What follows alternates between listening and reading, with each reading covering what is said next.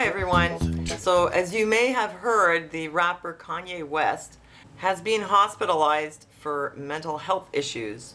Now, there's some conspiracy theory kind of stuff coming out surrounding this. Kanye West hospitalized, forced evaluation after endorsing Trump, taken away in handcuffs.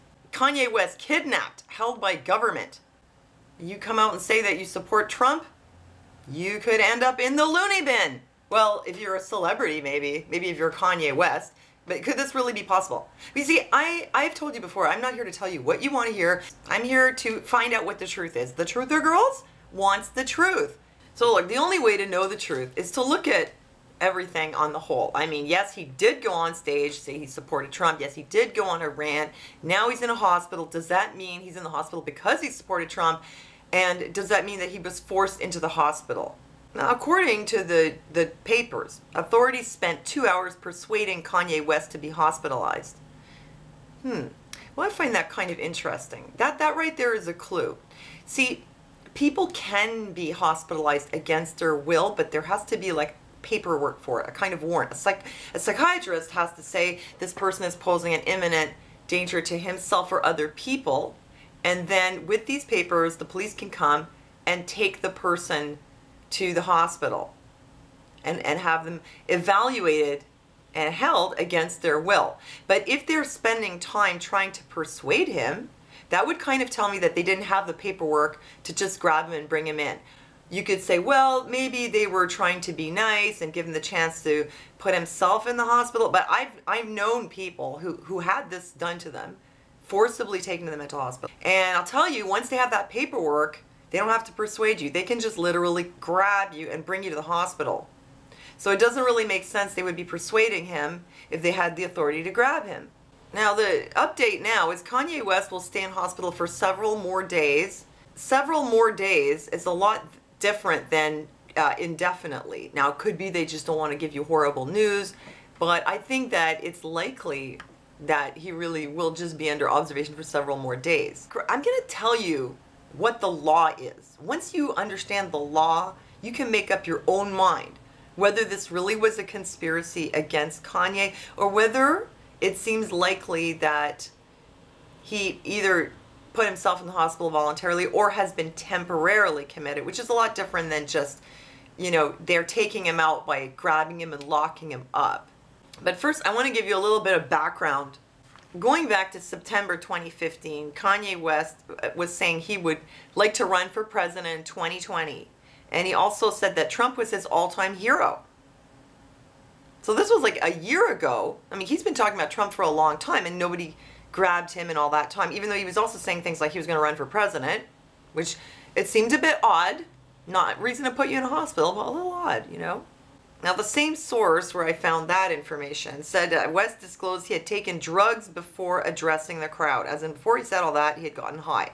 So it's possible that, you know, drugs could play part in his odd behavior. And at this point, Kanye had declared himself to be more influential than Paul the Apostle, among other things, which is also a bit odd.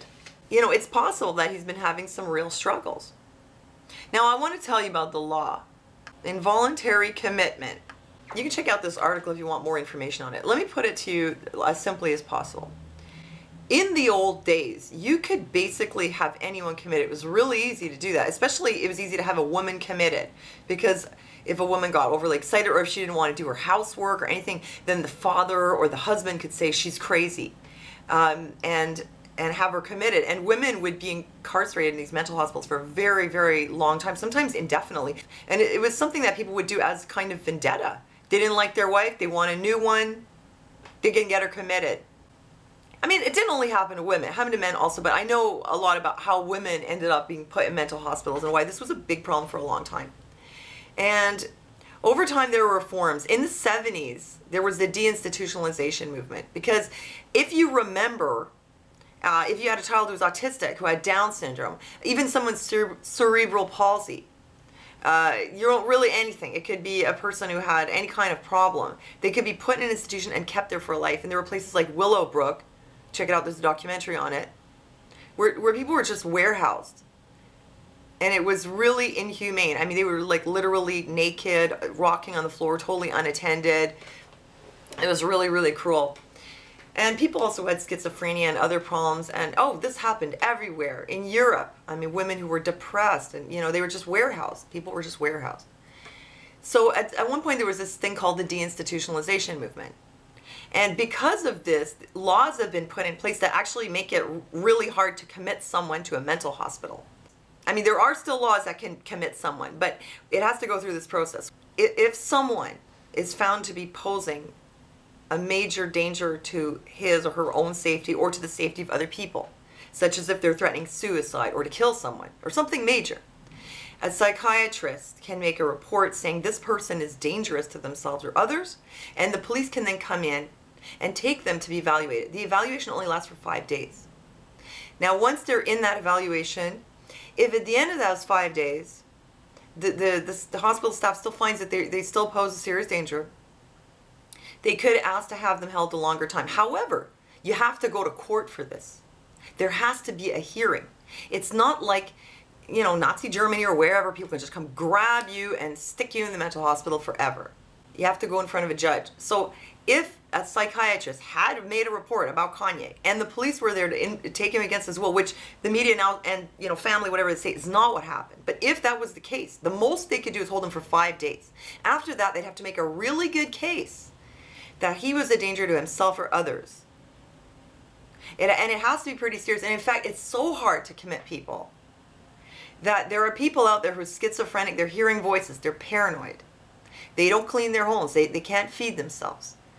Or maybe they're in the street pushing a shopping cart and they were like barely even alive, having horrible quality of life. You still can't commit them because it's not illegal to be crazy, or it's not illegal to have a mental illness. So to me, this whole narrative that it's like Illuminati vendetta against Kanye West doesn't really make a lot of sense, considering that there are more than 30 other prominent celebrities who have supported Donald Trump openly. None of them are in the mental hospital or any kind of hospital. Considering that for well over a year, Kanye has been showing signs of being very stressed. Being in this kind of profession has to be very stressful. Plus he has 2 kids. His wife got robbed. That, again, was subject to a lot of rumors that they staged it. Turned out that wasn't true. She really got robbed.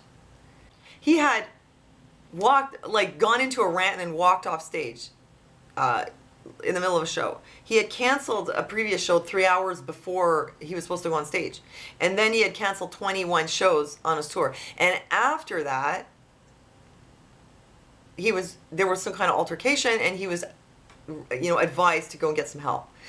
I think that more likely Kanye is suffering from some kind of a real serious burnout. And this can happen, and it can happen to anyone.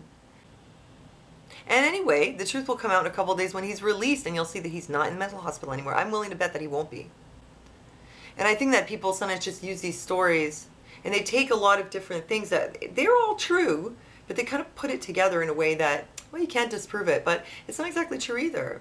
You remember Lauryn Hill, formerly of the Fugees? And she had come out saying things against the Illuminati. There were some concerns raised in the media about her mental health, but she was never grabbed and, you know, put in a hospital. I mean, look at Roseanne Barr, very outspoken against the New World Order, very outspoken. Hasn't been committed yet.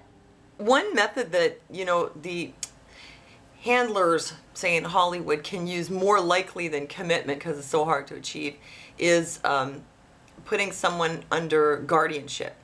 I think that's more likely, or something like a smear campaign, or, you know, if you want to really get conspiracy, a murder that's then covered up as suicide, something like that. Trying to commit someone to a mental hospital would be the absolute worst, least likely way to go. So at this point, you know, I looked into this and I felt like there wasn't any really solid evidence to say that this was an Illuminati conspiracy against Kanye West. That's where I stand on this. And I'm pretty sure that in a few days you'll find out that I'm right, because he'll be out. And if he's not out, he won't be in there for much longer. I think he's going to be out very soon. I don't think he's held against his will. And I don't think it's a conspiracy. And that's the truth. That's truly what I believe right now. If they wanted him out, they would just take him out. They wouldn't put him in the hospital for a few days. So that's what I think. Let me know what you think. Thanks for giving me a thumbs up. Thanks for subscribing. Thank you for listening to me. And I'll see you next time.